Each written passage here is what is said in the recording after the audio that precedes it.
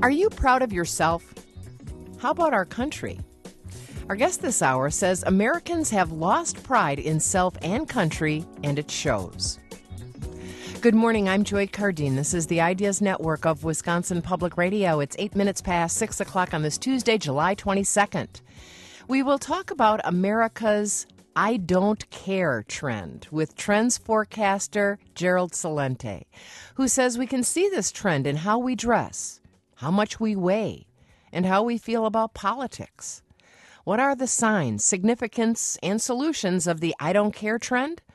We'll find out, and we'll welcome your observations, questions, and reactions at 1-800-642-1234 or send an email to talk@wpr.org. You can also post on the Joy Cardine Show Facebook page or tweet us at Joy Cardine Show. Our guest is Gerald Celente, publisher of the TrendsJournal. He is the author of the article, Blame I Don't Care: How a Lack of Pride in Self and Country Affect Health and Spirit. Good morning. Good morning, Joy. Thanks for being with us. So what prompted this article? Well, it's called, actually, the full article is Don't Blame Obamacare, Blame I Don't Care, in the sense that we do have the most expensive, or one of the most expensive healthcare systems in the world. But you could have the best and the greatest and the most expensive, and it's not going to make any difference, not when you look at the health of the people. One of our researchers, Dr. Mitchell Skolnick, is forecasting that the greatest cost to America in healthcare in the coming years is going to be the obesity plague. And what we do is we break it out from not only that, but looking far beyond it, what's causing it, what's behind it. And it's, as we see it, and by the way, the motto of the TrendsJournal is think for yourself. We don't tell people what to think or what to believe. We just say this is the way we see it, and here's why. And that is, it's a very different culture. You know, they just had something about, one of the airlines from the 1970s, and you look at the stewardesses, and then we put photos back in the TrendsJournal of what it used to be like flying, not too long ago, again, only back in the 70s, and how you were being served on the plane, and now people eating out of a pizza box. And in the old days, and I remember it as well, and I began flying for business in the early 70s. People got dressed up when you got on a plane. Now it's a flying circus. Well, why is that a sign of a lack of pride in ourselves that we have decided not to get all gussied up to get on an airplane? Well, it's not only gussied up; it's coming in like a slob. I mean, look at people, coming in on a plane with flip-flops, and you're dressed like you just rolled out of bed. And then again, you look at the obesity issues. You look at the behavior. I mean, there was just a post that came out in one of the Irish papers, and they had a sign up in Ireland: no coaches and no loud Americans. They didn't want them in the restaurant. So then you go again at every level. You go to the theater. You might as well look like you just came out, cleaning out your garage. In the old days, there used to be a respect and a dignity of showing up with class and dignity. And at every level, what we did is we took photos. And we have like one of Sarah Vaughan, for example, singing, and then Miley Cyrus. You want to call it music, knock yourself out. Here's somebody with their tongue sticking out and dressed up, in a costume. That doesn't take talent to do that, but it takes talent to do those other things. So it's a downgrading as we see it at every level. The foods we eat.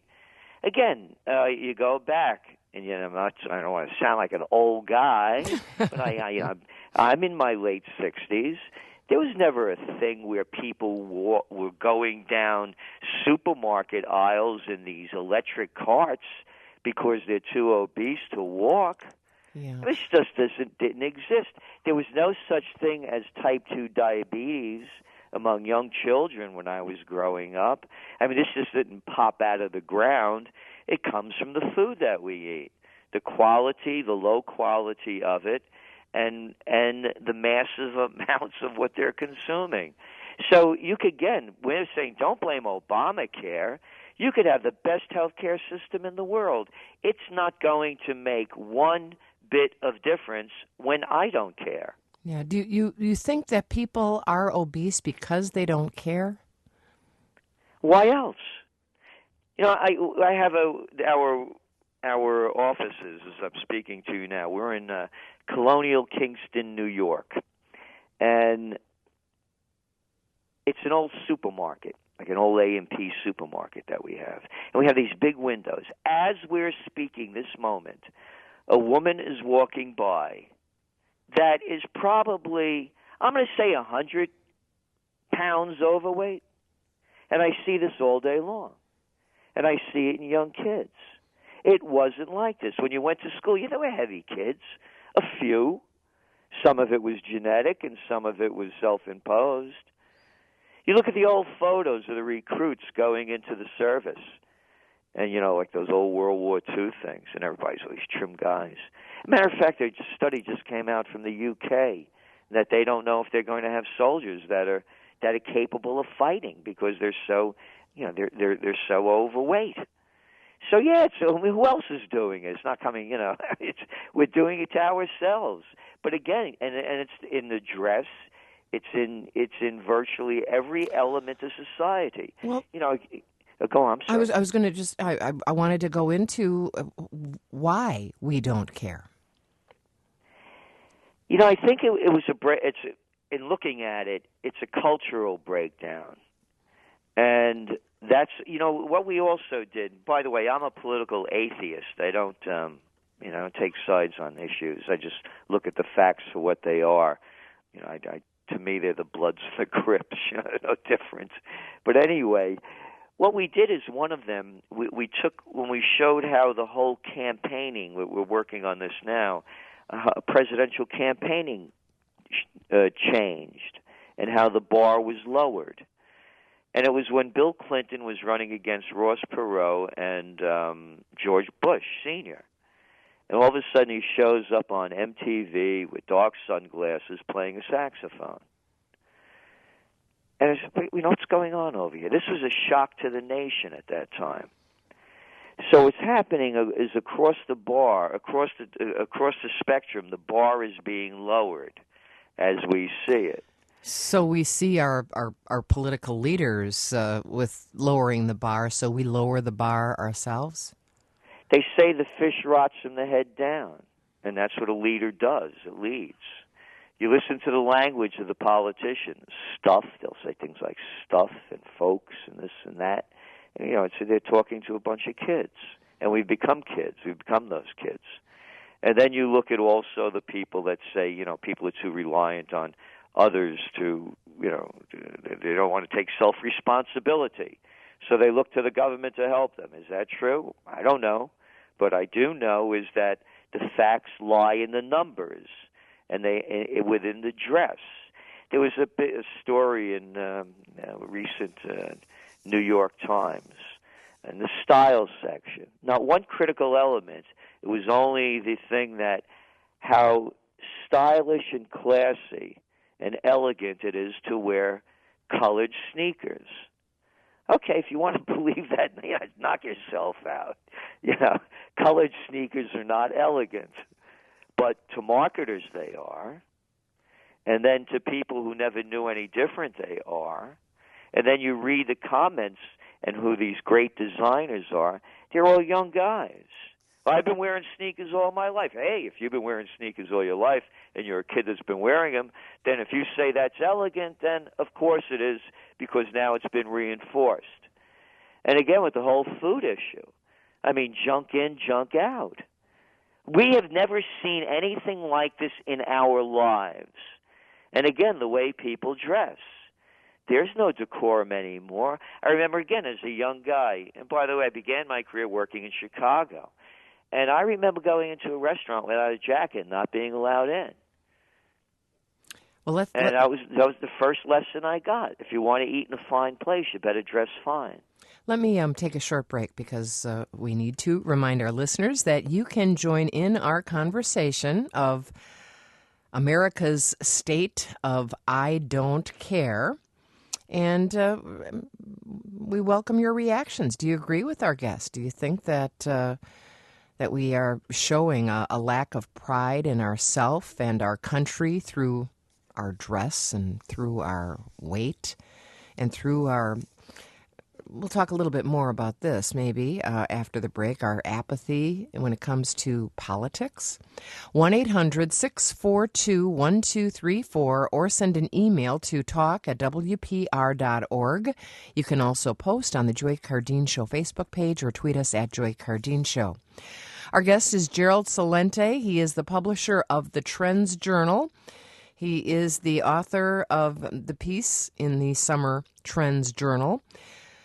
Don't blame Obamacare, blame I don't care. How a lack of pride in self and country affect health and spirit.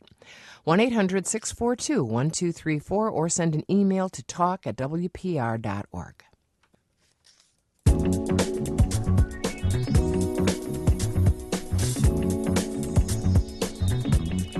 You're listening to the Ideas Network of Wisconsin Public Radio. I'm Joy Cardine. We are talking with Gerald Celente about how a lack of pride in ourselves and in our country is affecting our health and affecting our spirit. He wrote in the summer TrendsJournal that he publishes. Not too long ago, American citizens of all races, creeds, and colors had the deportment of a significantly more dignified human species. They were proud of themselves and proud to be Americans. This mega trend has been reversed. It took more than 2 generations, but we have come to the point where many Americans, too many, have lost their pride.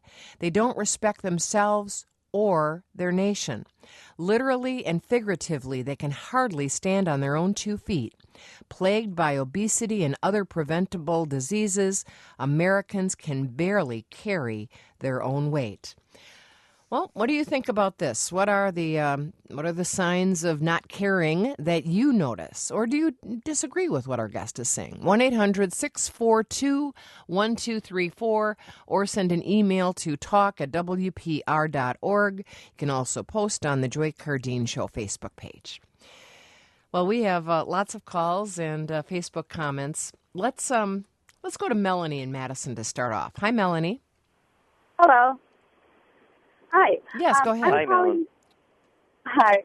I'm calling because I just really don't think that this is a trend that you're talking about. I think if you look at articles and people who comment on society for years, maybe 200 years, you hear about the fact that the next generation is just, not as good as the last one or doesn't care as much or, society is going to hell in a handbasket. And I just think that that's not necessarily the case in this instance either. Mm-hmm. Well, I think that the figures and the facts point to a different direction. So, for example, people can say, well, things are going downhill from the last generation, and I agree with you. That's subjective, and people say, oh yeah, it's always been like that. But when you look at the numbers, again, when you look at obesity, and this never happened before, and then all the other examples that we give, the way people dress. It's a fact is you go on an airplane now, people come in, it's a flying circus. You go into a department, you go shopping. Back in the day, regardless of any city, wherever it was in the United States, they were all little local department stores, and they reflected what the community was. Now you go into a Walmart or most of the other places, it's like going into a large self-storage unit. There's no decorum in there. It's done the cheapest way possible with steel and concrete. And it shows throughout. Go into a Walmart and take a look. Go to your 7-Eleven or whatever quick stop you have, and look at the people online. If they're not buying lotto tickets or buying gas, they're eating online and they're eating a lot of junk. I mean, these are facts that are in front of us. So I agree with you that it always says, the last generation was better than this generation. But then again, you look at also the numbers on how people feel about the nation. And the graphs are there for everyone to look at, and the loss of faith they have in the government. So it's a decline throughout. Yeah. Now, you're not saying, Gerald, that young people today are the slobs and, all of the older generation are still dignified and proud. Not at all. It's cross-generational. Mm-hmm. Yeah, and I think she's thinking that as a younger person that, that they're not going necessarily, it's not the millennials that are causing this to happen. Not at all. And again, when you look at the whole entertainment level, I mean, you could call it what you want to. I mean, I'll give you an example. I remember when I was a kid growing up, and like the Twist came out, and Ray Charles, and all this. These things were actually cross-generational. The old people were doing the young ones too. Yeah. And now you look at the music; it's really segregated. There's a very, very big difference going on, and matter of fact, there is no popular sound. There is nothing that's bringing the generations together in music. If you go to the movies, it's a comic book. It's an action movie. It's nothing more. And so it has a lot to do with the cultural changes, the political changes, and of course the corporate changes, where we've lost so much of our individual identity, where the local communities used to express it with whether it was the butcher shop, the bakery, to the supermarkets or the delicatessens. And now it's one size fits all. It's a Dunkin' Donut, Starbucks society. Let's go to Rose and Racine. Hello, Rose. What do you think? Hi, thanks for taking my call. And I just want to say your guest is just so very interesting. But I just turned 40 this year, and I totally agree with you because even growing up, my parents, they were military, and, I was a little bit rebellious. But now I actually joined the military, so then it put me in a position where I couldn't be promiscuous. I couldn't wear something that was, totally out of line. But I think today in our generation, like with the previous guest who came on the phone, it says, each generation gets a little bit worse. I agree with that, but I also agree that we need to turn off the TV. We need to turn off the video games. And parents need to start acting like parents. They need to raise their children. And what happened is that, we're letting TV and society and Hollywood raise our parents, where that's not reality. Reality is that we have to bring back moral values. And when you start taking God out of school, when you start taking God out of everything, that's where society's going. And with the political issue, it's the same way. They think that Americans are stupid. And you know what? We're allowing them to believe that we are stupid because we are taking this I don't care attitude and not doing anything about it. We talk and talk and talk about it, but when no one's listening or saying, you know what, you're right, let's make a change, it's got to start with yourself. And I totally agree with your guest. I could listen to you all day. I would love to buy you lunch and just sit down with you and just listen to you. Well, let's say you're having lunch, Gerald, what do you have to say to Rose? Well, she said a lot of different things that made a lot of sense. One of them, of course, is what she said: parents need to raise their children. And I just wrote that note down. And it has, that's been lost as well. But again, it's a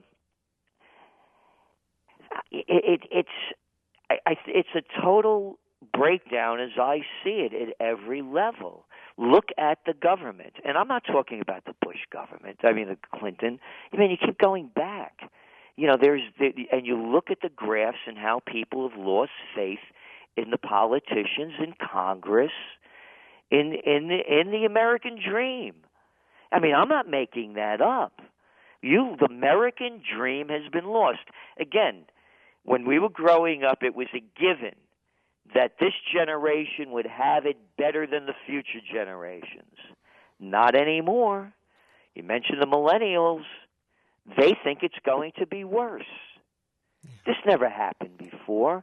So it's a downward scale along the line. And again, to me, as we conclude the whole piece, it comes back to the human spirit. It's up to the individual. It's about getting in shape physically, spiritually, and emotionally, and in any way that you can. It's your own trip. And I'm not talking about, belief in a God or a practice of a certain religion. When I speak about spirituality, I'm just speaking in the generalization of it.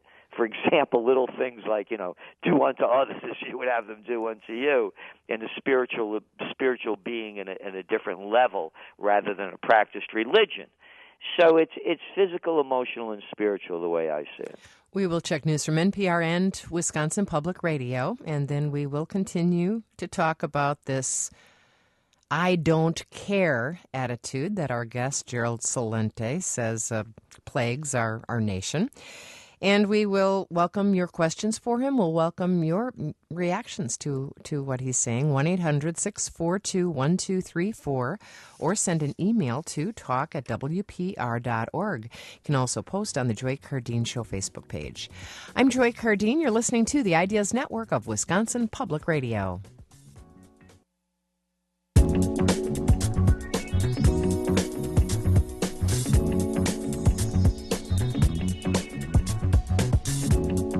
We are talking with a guest who says Americans have lost pride in ourselves and in our country, and it shows. I'm Joy Cardine. This is the Ideas Network of Wisconsin Public Radio. It's coming up on 6:37 on this Tuesday, July 22nd. We are talking about why we are down on our country, down on ourselves, and how this lack of pride affects our health and our spirit.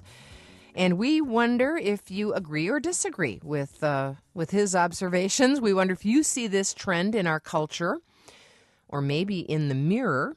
1-800-642-1234, or send an email to talk@wpr.org. You can also post on the Joy Cardine Show Facebook page or tweet us at Joy Cardine Show. Gerald Celente is the publisher of the TrendsJournal, and he is the author of a piece that's in the summer TrendsJournal, Blame I Don't Care, How a Lack of Pride in Self and Country Affect Health and Spirit. And I'm going to go right back to the phones as our lines are full. Mark in Sauk City is with us. Hello, Mark. Yes, I agree with quite a few things your speaker is saying about our appearance, but he keeps referring to back in history when people would dress very nicely to go to stores, but yet those stores were whites only. We have a different type of care now. We are caring for a wider variety of things, a deeper variety of things. We have an African-American president. Back in history, they would not have cared to have voted for an African-American or a female politician. So I think we do care. We're just caring about different things. Yeah, so we care about civil rights. We care about important things still, Gerald, is what I think Mark is saying. Well, I think that's a very narrow look at the whole issue. As a matter of fact, it wasn't just for whites only. The blacks matter of fact, the style used to come from the hipper black community. That was the trendsetter. I mean, they would dress to the nines. It wasn't, yes, there was segregation, but that didn't mean that the stores for the blacks and the music and they were the trendsetters in so many different ways, and that we voted for a black president, or a woman, that's just a small part of some progress, but the overall is a very steep decline. And again, it's just even thinking about the stores. There was no such thing as a dollar store. That didn't exist. It wasn't a big deal. Who would have cared? The great slogan by Walmart: "Save money, live better." Now, how about earn more and live greater? It's the whole bar keeps getting lowered, and it becomes the standard. So at virtually every level that we look at, there was these number of philosophers and writers, and we quoted a few of them back in the mid-1800s. Savarin, a French writer, and he wrote The Psychology of Taste in 1825. And his line is, "Tell me what you eat, and I will tell you what you are," meaning that he believed that the simplest meal satisfied as long as it was executed with artistry. And so a whole thing of fast, junk, canned, frozen, microwaved, that's eliminated.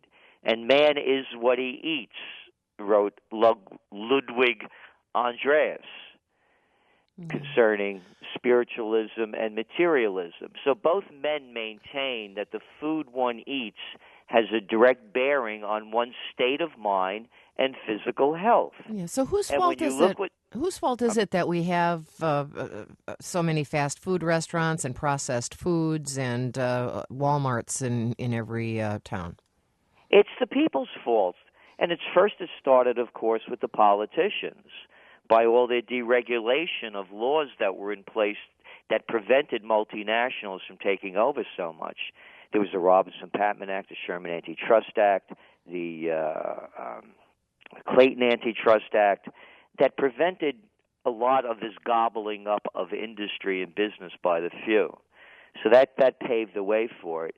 The other one, of course, with the fast foods particularly, it's advertisement, and advertisement sells, whether it's propaganda coming from politicians or from advertisers selling product. So, but it really goes down to the individual. When do you become discerning? I just did an interview for Australia and ABC Australia, and they were telling me that in Adelaide, they just opened up a Krispy Kreme. They're new over there, and the lines are around the street. And they were asking me how long will this last, what does it mean, etc. So it's the advertisement of that. I mean, compare a Krispy Kreme to a local bakery that we have around the corner over here. I mean, it's not even a close race, but the advertisement does it, and the allure does it to be part of something bigger. So let me challenge the notion that we have to dress to the nines to care. I'm thinking of, our caller reminded me of protesters who tried to make a public policy change for the better as far as they were concerned, or the Occupy, Wall Street protesters. They were kind of dressed like slobs, but they were trying to do something good. Well, but everybody across the spectrum is basically not dressing up. It's a personal. Remember the motto, as we say, think for yourself. I mean, it makes no difference whether you're protesting, finely dressed or not. The protest is the issue. But the overall is a breakdown on so many different levels. If people enjoy going into an airport in an airplane, and people coming in with flip-flops and look like they just rolled out of bed, and they're unkempt, and they're loud, and they're unconcerning to other people, fine. That's what society will be, and it'll be reflected across the spectrum. So it's really not about the protest or the protesters. No, my point was that the protesters are not, they're wearing their flip-flops and they're not all dressed up, but they are helping society, at least in their minds. They are trying to change society for the better, so they care too. Of course they do. And a lot of people do. But what we're saying is the whole bar has been lowered. Matter of fact, think about it. What if the Occupy, and I was down to the Occupy movements down in Wall Street, what if they were all dressed up? I don't know. Do you think the police would have been as brutal in the way they beat them up, and so many of them? I don't know. But it's a question worth, considering. And again, it's not as though, there aren't people that care, don't think, and aren't concerned about things, and they're just dressing differently. What we're saying is the whole bar has been lowered across the board. Let me take another call from Jerry in Lake Mills. Hello, Jerry. Good morning, and I agree with your guest. when young people are allowed to come to church in pajama bottoms and flip-flops, it's not only their decision, it's the parents who are allowing them to do this. I also condemn the fashion industry, as your guest said. A few years ago, the trend was to have these low-waist pants, especially for women. And in the Midwest, we have some very large people. And when they would bend over, you could see things that you didn't only want to see. intimate members of their family should be able to view. Yeah. So a reaction, Gerald? Well, yes. Think about this. I'm a guest on your show, and I say, Joy, I came up with this great idea. We do a lot of marketing work. What we're going to do is we're going to go to the most violent element of society. That's right. We're going into the prisons, and we're going to look at the most violent among them. The ones that are in prisons that don't have shoelaces, and we don't give them belts because they'll use those as weapons. They'll choke people with them. And then what we're going to do is we're going to create, they don't have shoelaces on, and their pants can't stay up, so they're down below their waist. And then what we're going to do, remember, these are the most violent in society. They're gangsters. And you should hear the way they talk. And what we're going to do is we're going to create a fashion statement and a music statement. And I'll tell you, Joy, we're going to make a lot of money doing it. Let's do it. What would your reaction be? Well, I wouldn't do it, but a lot of people have, you're saying, too. But I'm just saying, you would think I'm a lunatic, that anybody would want to stoop to the lowest to make money and market it so they could take in a whole society and make the abnormal normal. And that's what it's become. I'm not making it up. That's what they did. It's gangster. It's the dress. Again, we have another photo in the TrendsJournal of Cary Grant, and then some sights on Venice Beach. It's there for everybody to look at. Make up your own mind, and you decide. But it's there. Again, if you had a guest on that was promoting the most violent elements of society and bring that into culture and make it the norm, you would be saying to your producers, the other people, this guy was a lunatic I just had on. Well, you would. Hold on, because we have a break, and then we'll continue to take calls. A lot of people have a lot of observations that they would like to share or questions for you. Our guest is Gerald Celente. He is a renowned global forecaster. He is the publisher of the TrendsJournal. He is the author of the piece in the journal, Blame I Don't Care, How a Lack of Pride in Self and Country Affect Health and Spirit. And we are talking about this I don't care trend and how we can see it, how in our dress, and how much we weigh, how we feel about politics, talking about the signs, the significance of this, and we'll talk more about the solution. How can we reverse this trend? Can we reverse this trend? 1-800-642-1234 or send an email to talk@wpr.org. This is the Ideas Network of Wisconsin Public Radio.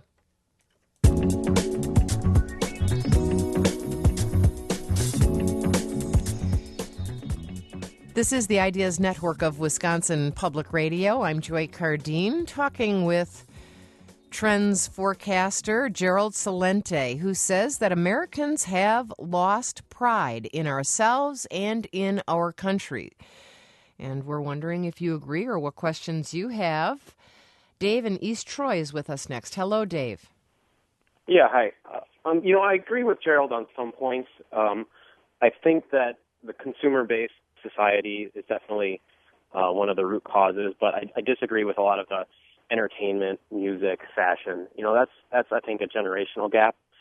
I think it's a lot more to do with consumer-based society that you don't have to really create, you don't have to make anything for yourself. And I think that the whole I don't care attitude is more indicative of that greater problem, and fashion and entertainment have a lot less to do with it than I think he's saying, especially with like rap music and stuff like that. All right, so he says it's more the prepackaged consumer culture that is to blame for this, Gerald. Well, I would say that's part of it, but again, you cannot deny the fashion element. And as I just pointed out, what they did was they elevated the lowest sector of society, the most violent criminals in the country, and mimicked that in both dress and in music. So if you don't think that, that's generational, no, not to me. It's something that's been done right before us. It's right in front of us. So let's call it what it is. Yeah. So Dave, what you want to respond to that? Yeah, some would argue that the people that created rap music were trying to, voice where they were coming from in society. I mean, you look at some rappers that they weren't prisoners. They were outcasts of society because they were black, and they rapped about it, and they were persecuted by police, and so they, despite their fashion and the way that they project, they created their music, I don't think that, Yeah. Well, Louis Armstrong was black, and so was Billie Holiday. Duke Ellington was black, and so was Count Basie. It's not a color issue. And no, but it's generational. I mean, if you don't like rap music, I think that's one thing. It's but not. I'm just saying. Well, first of all, we could have a discussion on that as well. It's not music; it's rap.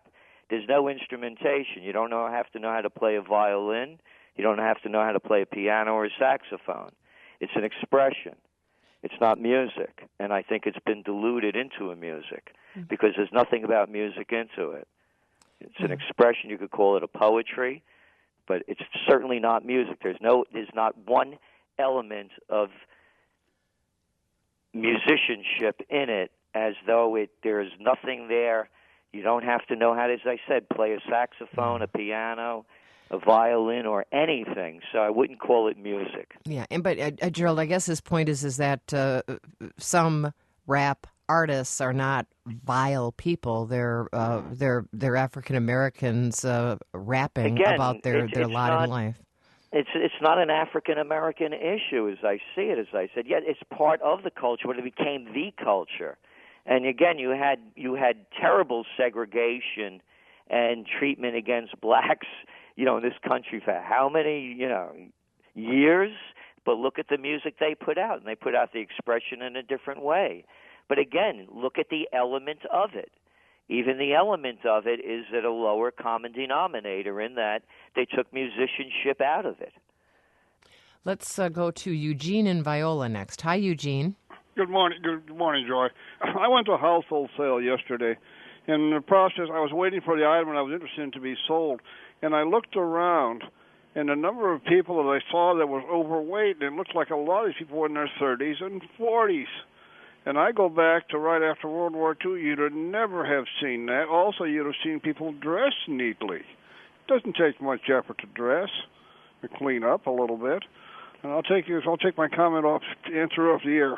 Mm. Well, I guess. Well, it's not only people in their 30s. Childhood obesity now is starting to plague the nation, and it's not like these little kids, got heavy on their own.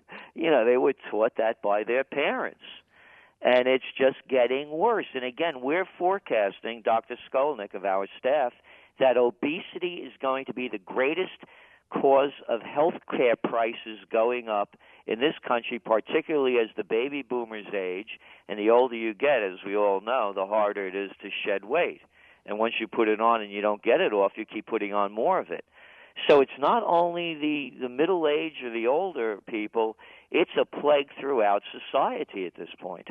Yeah. Gloria on Facebook writes, I think how much pride we have is connected to a sense of ownership and a feeling of being a part of something bigger. I think Americans are lonely. We rarely live in the neighborhoods where we work. We drive alone in our cars. In some places, neighbors don't even know each other. Is that a part of this? I think she's correct. There's no community spirit anymore. And that has a lot to do with it. And again, goes back to when there used to be all the local businesses, whether they were the butcher shops, the bakeries, etc. So I think that does have a lot to do with it. You're on your own, and there's not that community. So how do we reverse this trend, Gerald? To me, it goes all back to the individual, and it doesn't go any further than that. And if we had political leaders, of course, because they have so much influence, because they spend, they're the ones that they feature all the time on the TV shows, particularly on Sundays. To me, it's bringing back joy and beauty and grace, and along with that, maybe prosperity comes with that. And again, it starts at the individual level. But when enough individuals change and the inner spirit changes, then everything changes. Again, that's only the way I see it, and it comes back to a level of, people having the courage, dignity, respect, integrity, and passion to make the change. Become the greatest who you can be. Are you? I mean, I don't. I'm like everybody else. I struggle to keep my weight in check. It's important to me because I don't want to end up differently. I don't want to end up having somebody have to help me out of a chair when I don't need that yet. So to me, again, it goes back to dignity, respect, integrity.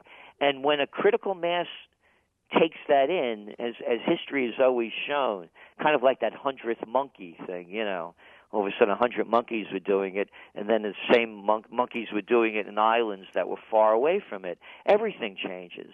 But it goes back to the individual, as I see it. Yeah, well, we have just a minute to go. You're a forecaster.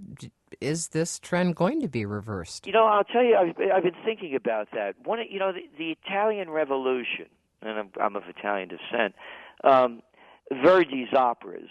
Italy in the mid-1800s, they were the Austrians, the Hungarians, the Germans, the French, Spanish. The Neapolitans spoke a different language than the Calabrese.